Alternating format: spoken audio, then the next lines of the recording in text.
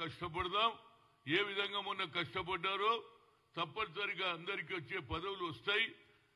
రేవంత్ రెడ్డి తప్పనిసరిగా అందరికీ న్యాయం చేస్తాడనేది నాకు నమ్మిక. దీనితో ఒక శుభ సూచికం ఏంది తెలుసా? పక్క రాష్ట్రమైనటువంటి ఆంధ్రలో షర్మిల గారు కూడా ప్రవేశం అయింది. ఈ పని ఎప్పుడో చేయమన్నా అమ్మా నువ్వు ఎందుకు షర్మిలమ్మ ఎందుకు ఇక్కడ ఏమున్నదని వచ్చావు అమ్మా? నువ్వు ఉన్నావు ఇక్కడ ఆడబిడ్డవే, ఇక్కడ ఆడబిడ్డవే ఒప్పుకుంటా.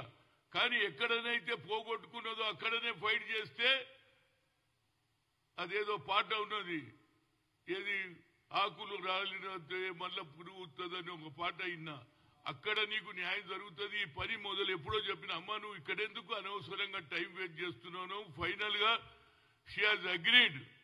అండ్ నేను అనుకుంటాను రాహుల్ గాంధీతో కలిసి ఆంధ్రలో కూడా కాంగ్రెస్ వచ్చే అవసరానికి అందులో రాజశేఖర్ రెడ్డి ఒక మంచి ఉద్దేశం ఉండే, రాహుల్ గాంధీని ప్రధానమంత్రి చెయ్యాలని ఆయన ఆలోచన ఉండే. కాబట్టి ఆ బిడ్డే ఇవాళ బాగా పనిచేస్తుంది, చేస్తుందని నమ్ముకున్నది. కానీ ఆమెకు ఒక్కటే కోరిక నాది, నేను ఇవాళ పేపర్లో చూసిన ఇంత అన్యాయం అయితే ఎక్కడ చూడలేదండి.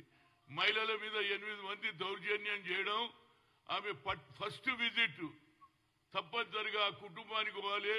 అక్కడికెళ్ళే నువ్వు మొదలు పెడితే బాగుంటుంది. ఎందుకంటే ఒక ప్రజలలో ఇమేజ్ వస్తుంది, అరే షర్మిల గారు వచ్చారు, ఒక మహిళకు జరుగుతున్న అన్యాయాన్ని ఎండగట్టడానికి, ఈ అన్యాయాన్ని